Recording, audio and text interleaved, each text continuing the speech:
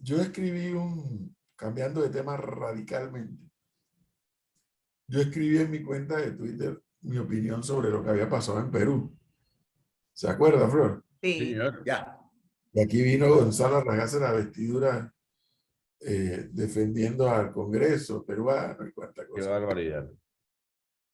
Sí, fue una barbaridad lo suyo. No, no, no, yo no defendí el Congreso. Usted defiende el Congreso y defiende a un dictador. Dictador, Pedro Castillo. Pobre Pero, hombre ahí. pero si está ahí, o sea, un presidente que viola la Constitución, acabando con el Congreso, declarando estado de excepción, toque de queda, ¿qué es? Un demócrata no es. Está bien, pues. Y el Congreso tampoco lo es. Pero al margen de eso, de que Gonzalo se rasgue la vestidura defendiendo al Congreso ese peruano, yo escribía que lo ocurrido en Perú era objetivamente un retroceso político en materia de democracia, entre otras razones, ya no por el intento de golpe de Estado de Pedro Castillo, ya no por el exabrupto de un órgano legislativo que interrumpe y que no deja gobernar ni a Pedro Castillo ni a los anteriores. El grave error de la clase política peruana es poner a los militares y o a la policía a ser árbitro del debate político. Eso es un error, es más, para mí eso es hasta un pecado, porque es como si no se conociera la realidad, como si Latinoamérica y los peruanos no supieran lo que es una dictadura militar. Tú no dejas en manos de los militares el debate político. A los militares se les excluye del debate político. A los militares se les permite solamente, como dice la Constitución panameña, el voto. A los militares o a los policías solo se les permite el voto, pero no se les permite ser beligerantes en la discusión política. Eso trajo que el buen amigo don Ernesto Bazán me dijera, me gustaría hablar con ustedes de ese tema.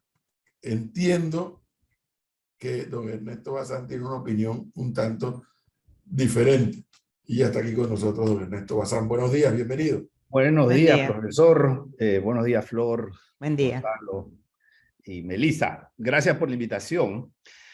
Pues definitivamente es un tema súper interesante, en particular de lo que Latinoamérica puede aprender de la propia historia de Latinoamérica, ¿no? O sea, cuando nosotros vemos, por ejemplo, lo que hace Putin en la invasión de Rusia a Ucrania, o sea, y hacemos analogías entre eso y lo que pasó en la Segunda Guerra Mundial, vemos que definitivamente podemos aprender muchas cosas de la historia, ¿no? Entonces, de primera mano, me gustaría contarles un poquito cómo veo yo las cosas, aclarando que no soy politólogo, ni tampoco soy abogado constitucionalista, solamente hago análisis económico, pero tuve la suerte, la oportunidad de vivir en Perú hasta el año 2007, ¿no? Y entonces fui testigo de muchos acontecimientos que hoy día tienen efectos, digamos, varias décadas después, ¿no? En mi opinión, lo que ha pasado con Pedro Castillo y el mismo Pedro Castillo no es una causa, ¿no? No es una causa de que hoy o anoche, casi de madrugada, la presidenta Dina Boluarte haya convocado elecciones. O sea, la causa no es Pedro Castillo. Pedro Castillo es una consecuencia, ¿no? Y entonces la parte interesante es, bueno, ¿es la consecuencia de qué? ¿No? Hace muchos años en Perú hubo un gobierno elegido democráticamente, y aquí cualquier parecido con la realidad panameña es mera coincidencia. Un gobierno elegido democráticamente del partido más tradicional de Perú, convirtió al país en un desastre. En lo económico tuvo una gestión, digamos, de las peores, probablemente la peor gestión económica, y puso al país en una crisis social y política. ¿Ok? Y ese gobierno, a pesar de haber causado toda esa crisis, quiso reelegirse, curiosamente. Estoy hablando del gobierno, el primer gobierno de Alan García, quiso reelegirse. Y ahí surge, digamos, yo pienso que es una fuerza democrática, ¿no? Porque al final toda expresión popular, ¿no? Toda expresión de un pueblo es una figura democrática. Porque se polariza el país entre los que se querían reelegir, ¿no? En ese entonces del partido aprista, y Mario Vargas Llosa, que venía con la tendencia de derecha. Las fuerzas democráticas populares dicen ninguno de los dos, y eligen a Fujimori. ¿Qué tiene que ver Fujimori con todo este asunto? Bueno, en mi opinión, Fujimori, que dio un golpe de Estado que fue inconstitucional en el año 92, fue la inspiración de Pedro Castillo. Y entonces, cuando uno dice, ¿por qué Pedro Castillo se animó a dar un golpe de Estado de esa manera? Uno dice, bueno, en mi opinión, ¿no? Porque finalmente uno no puede meterse en la cabeza de los demás, ¿no? Ese cuento de que la bebida, que le dieron algo de beber, eso no es más que un alegato, digamos, poco creíble, ¿no? Entonces, el asunto es que Pedro Castillo, como yo veo las cosas, se inspiró en el golpe de Estado de Fujimori. ¿Por qué? Porque el golpe de Estado de Fujimori tuvo un apoyo mayoritario de la población, ¿no? O sea, a pesar de que fue inconstitucional, la población lo apoyó. Mucho más de lo que actualmente apoyan a Bukele en El Salvador, pero muchísimo más, ¿no? Porque Fujimori había hecho bien dos cosas. Había derrotado la inflación, que era una hiperinflación, y había derrotado al terrorismo, ¿no? Entonces la gente le dio su respaldo a Fujimori. Pero esas eran otras circunstancias. Fujimori, ¿qué hizo? Consiguió el apoyo de los militares para dar el golpe de Estado, ¿no? Pedro Castillo, ¿qué cosa hizo? Bueno, y ahora vamos a hablar, digamos, con ese antecedente y con ese contexto. Pedro Castillo quiso repetir la fórmula de Fujimori, pero en un contexto totalmente diferente. ¿Por qué? Porque así como Fujimori se encontró de casualidad la presidencia, Pedro Castillo también se encontró de casualidad la presidencia, ¿no? Entonces, Pedro Castillo ni siquiera era militante del partido, digamos, del que fue elegido para gobernar. Lo que pasa que digamos, el jefe de este partido, Vladimir Cerrón, estaba condenado por corrupción y no podía postular, de acuerdo con la ley peruana, a, digamos, cargos de elección popular, ¿no? Por estar condenado, o sea, judicialmente por corrupción. Entonces él escoge a una figura que podría ser popular y escoge a Pedro Castillo, una persona que aparentemente podía ser fácil de manipular, ¿no? Que además es profesor, ¿no? Profesor Cabrera, usted sabe que los profesores están bien vistos, ¿no? Y en verdad, los profesores, o sea, digamos, las personas normalmente tenemos buen recuerdo de nuestros profesores. Entonces, cualquier profesor que postula a una elección popular está bien visto, ¿ok?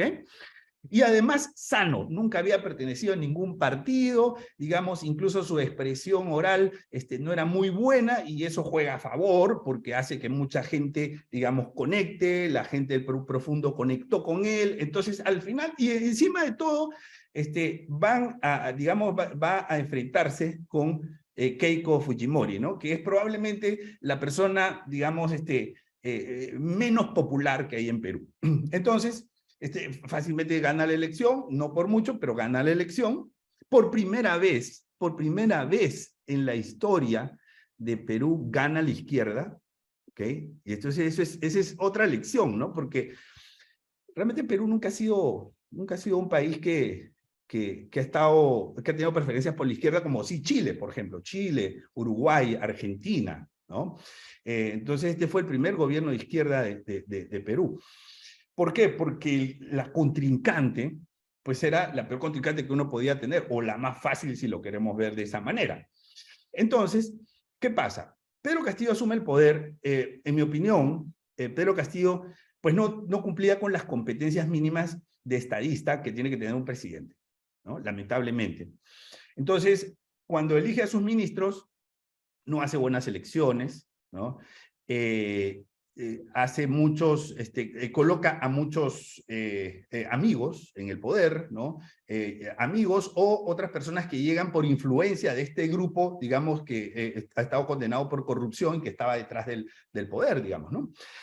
Entonces, y parece que se ve tentado por la corrupción, y aparecen aparentemente pruebas, ¿no?, de que él estaba liderando una red de corrupción que consistía en cobrarle a los militares para, digamos, darles el ascenso, por lo tanto, aumentarles el salario, cobrarle gente para que ganen concesiones o ganen contratos con el gobierno, pero no solo él, sino toda su familia. De hecho, su cuñada, ¿no?, está con prisión preventiva de 30 meses.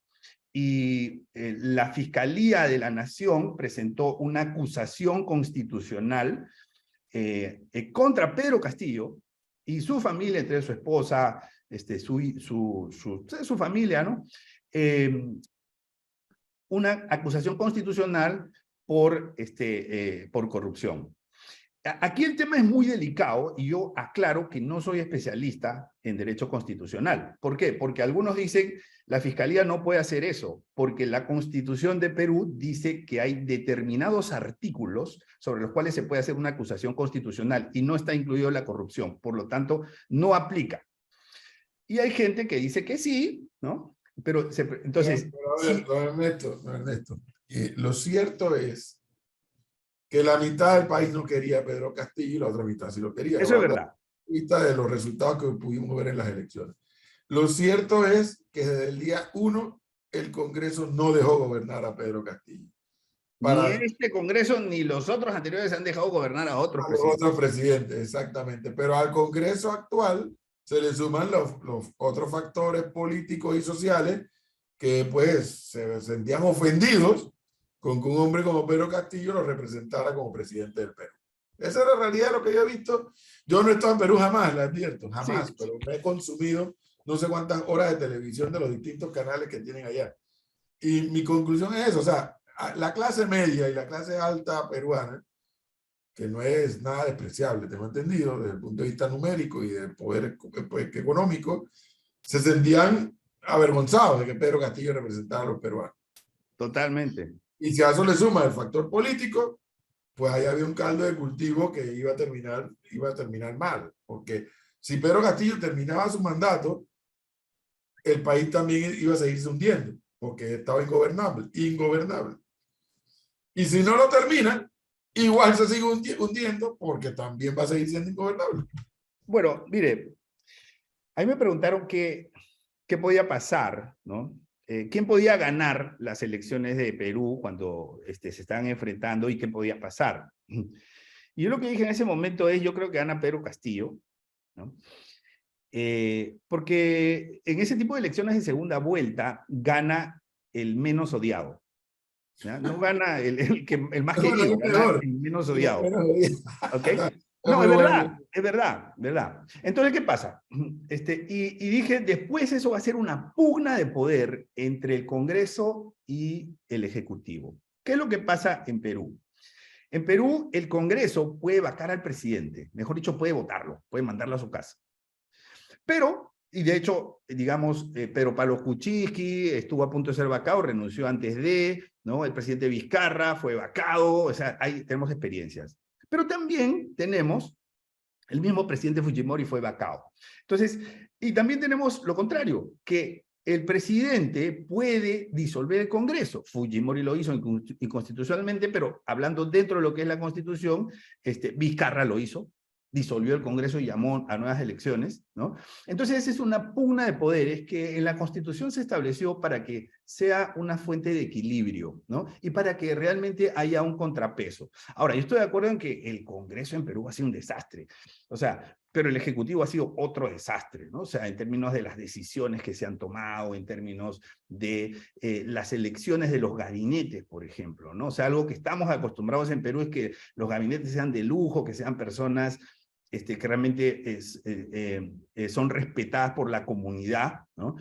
Y los representantes del Ejecutivo pues realmente no cumplían, no daban la talla, la verdad. Entonces, pero digamos, ¿qué es lo que pasa? Cuando se presenta la Fiscalía, presenta esta denuncia constitucional, la presenta al Congreso, y el Congreso lo evalúa, ¿no? A través de su subcomisión de Constitución, y el Congreso puede presentar una moción de vacancia. Entonces, eso se estaba encaminando y pero hasta ahí no hay nada de inconstitucional, digamos, hasta ahí, ¿no? Porque no hay ninguna decisión del Congreso, el Congreso, digamos, no ha hecho nada, ¿no? Pero de que no le faltaban ganas, por supuesto que a ninguno de los dos le faltaba ganas de vacar al otro. Pero Pedro Castillo se adelanta, cuando ya se siente perdido, porque aparecen testigos, pruebas de toda la corrupción y todo, o sea, se adelanta y dice, antes que vaquen a mí, yo voy a disolver el Congreso, ¿no? Y en ese momento entra el rol de los militares, que es un punto bien interesante y en el cual me permito discrepar de usted, profesor, porque los militares, si bien es cierto, hicieron golpe de Estado en la década de los 60s, en los 70s, y apoyaron a Fujimori en el año 92 inconstitucionalmente, los mismos militares, yo creo que han aprendido, y se lo voy a sustentar, yo creo que han aprendido, y los militares, créame, profesor, que con esa volatilidad social y política que ha tenido Perú, créame que han tenido muchas oportunidades de tomar el poder por la fuerza. Han tenido todo, digamos. O sea, servido en bandeja de plata y no lo han hecho. Por eso establezco mi hipótesis que los militares han aprendido. Ahora, ¿qué es lo que pasa? Los militares, en este caso, no han tomado ninguna decisión discrecional, ¿no? O sea, los militares no han abusado del poder. Simplemente han hecho lo que dice la Constitución. O sea, la Constitución dice que si hubiese una ruptura del orden constitucional, son los militares los llamados a devolverle al país el orden democrático, ¿no? Entonces, y lo que hicieron los militares fue detener a un presidente o un expresidente que cometió un delito constitucional flagrante, porque eso no lo podemos negar, o sea, ante cámara, ¿no?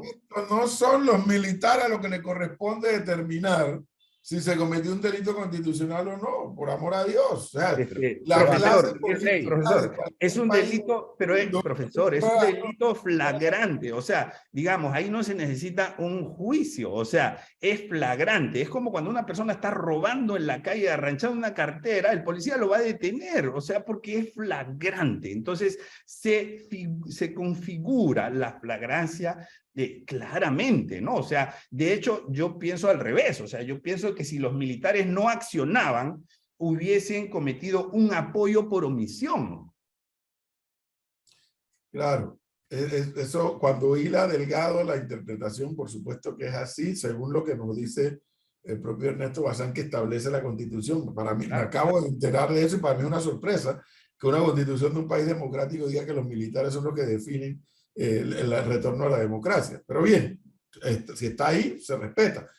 Mi llamado de atención, don Ernesto Bazán, es a la incapacidad de los políticos de no llegar a acuerdos para que el país avance y que el debate político, precisamente, termine siendo dirimido por los militares o por los policías. Eso no es saludable, porque si hay políticos corruptos, hay políticos distorsionados, también los hay militares. ¿Y ellos cómo les gusta el poder? A los civiles también, pero los civiles saben que tienen que ir a elecciones, pero a los militares. Los militares sí, pero digamos, lo que pasa es que en Perú los militares realmente tuvieron tanto rechazo, ¿no? Después del apoyo que le dieron a Fujimori, que yo pienso, porque es una opinión totalmente personal, que lo que han sentido los militares es una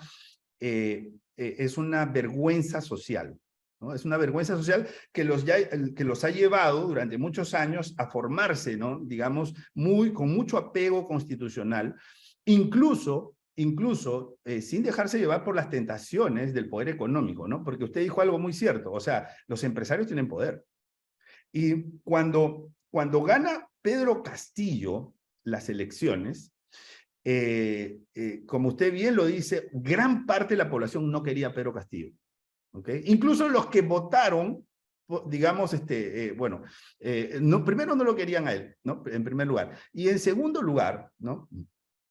Lo que le decía es que los que votaron por Pedro Castillo, muchos no es que querían a Pedro Castillo, es que no querían a Fujimori, que es otra cosa, ¿no? Entonces, Pedro Castillo llega sin popularidad y además Pedro Castillo llega con un discurso de izquierda, pero de izquierda chavista, ¿no? De nacionalización de la minería en Perú y todo eso. Entonces, y los empresarios mineros son muy fuertes en Perú, ¿no? Entonces, ahí yo creo que tiene que haber habido presiones hacia los militares de parte del poder económico. Es una simple opinión, Pero, ¿no? doctor No tengo Bazán, ninguna prueba. Y entonces sí los militares han resistido a lo que le pedía la población, a lo que le pedía las presiones del poder económico, y se han abstenido y no han tomado acciones. O sea, entonces yo pienso que ellos realmente han aprendido. Es una hipótesis basado en lo que yo he visto, ¿no? Lo cierto del caso, doctor Bazán, es que aquí yo digo que Pedro Castillo es un dictador, porque tomó una decisión de dictador en medio de una Yo presión. pienso que Dando quiso patada abajo. ser un dictador. Un momento. Pero hay que decir que ni los medios de comunicación del Perú, que bastante cizaña le metieron al señor. Hay que decir que los grandes empresarios de Perú y el Congreso no dejaron gobernar a Pedro Castillo. Es imposible que un presidente en menos de un año haya tenido 2 mociones de vacancia. La tercera iba a ser ahora. Es imposible gobernar así. Sí, hay otro, eso nos lleva a lo que es el futuro de Perú, ¿no? O sea, realmente es imposible gobernar en digamos, con el sistema actual, ¿no? Y una de las lecciones a las que llegamos es que si llamamos a elecciones, ¿ya? No necesariamente el problema se va a resolver, probablemente vamos a estar en lo mismo. Tenemos un problema de ingobernabilidad entre, digamos, esa pugna que hay entre Congreso versus Ejecutivo, ¿no?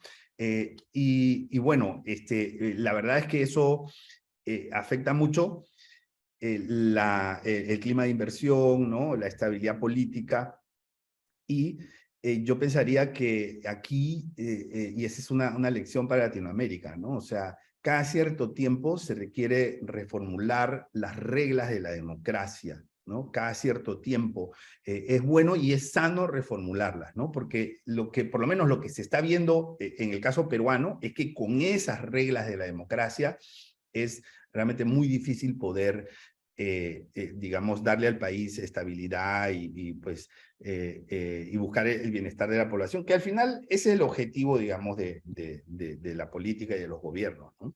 Sí. Me llama la atención esa parte, para finalizar, don Ernesto Bazán, ¿no? El futuro inmediato y el futuro de un país tan importante como Perú, que tiene minería efectivamente, que tiene una explotación de sus mares impresionante, creo que uno de los mayores, si no el mayor exportador de marisco y de pescado en el mundo. Están en medio de una construcción de un megapuerto ahora mismo, con fondos de China, si mal no recuerdo. O sea, pero un país con esa inestabilidad política es difícil que le lleguen inversiones. Sí, sin embargo, la inversión sigue llegando, sigue llegando, podría llegar mucho mejor, ¿no? O sea, de hecho, Perú, conjuntamente con Chile y Uruguay y Panamá, tienen la mayor estabilidad económica, ¿no? Entonces, es bastante curioso entender cómo, digamos, preguntarnos cómo un país que tiene, Perú ha tenido probablemente una de las mayores inestabilidades políticas, tiene probablemente una de las mayores estabilidades económicas, ¿no? Y mucho tiene que ver con las reglas que están escritas, ¿no? Las reglas de juego y los nombramientos que se hace a las personas. Eso es algo que también podemos aprender en Latinoamérica, ¿no? O sea, por ejemplo, en Perú, estamos acostumbrados, pero estamos acostumbrados a que la población lo pide, ¿no? O sea, ¿quién va a ser el ministro de Economía? ¿El amigo del presidente? No, no lo queremos. Entonces, ahora, por ejemplo, se acaba de nombrar a ministro de Economía, y eso ha sido una muy buena noticia, Alex Contreras, ¿no? ¿Quién es Alex Contreras? Es una persona que no pertenece a ningún partido político. Es una persona que es un técnico que ha trabajado en el MEF toda la vida, que tiene un posgrado en el extranjero. O sea, esos son los perfiles que quiere el país, ¿no? En el caso peruano. Nos hemos acostumbrado a eso. Y eso ha sido clave en la estabilidad económica. Esa es una de las cosas que podemos aprender, ¿no? Aquí, por ejemplo, en Panamá estamos acostumbrados a que los ministros sean del partido. Si no es ese partido, no puede ser ministro, ¿no? Entonces, y yo pienso que, pues, si se va a nombrar a alguien de ministro, pues que se nombre al mejor, no al amigo, al Bueno, mejor. pero no es ninguna garantía, don Ernesto Bazán, créame, porque lo he visto incluso en Panamá, que el hecho de que no sea miembro de ningún partido o que el hecho de que haya estudiado afuera tampoco es una garantía de que vaya a ser No, un no, buen no. No, funcionario. no, Aquí simplemente aumenta la probabilidad, pero no garantiza. no hay garantía de nada, eso es así. Bueno, vamos a esperar, seguiremos siendo observadores de ese fenómeno político de Perú y ya Sí, sabemos, Flor, en las acá revueltas, pasa- fallecieron 2 personas y la presidenta ha llamado a elecciones. Pero fue Sí. anoche, o sea que hay está que ver caliente. cómo- hay que ver Acaba de cómo llamar a evoluciona elecciones. eso. Hay que ver cómo evoluciona eso. Y Flor, ya sabemos que podemos incluir a Ernesto Bazán en la lista de entrevistados con temas Perú, además de temas. Correcto. ¿Cómo no? Ernesto Bazán, muchas gracias, muy amable. Gracias, profesor. Un Muy gusto. interesante Hasta escucharlo. luego.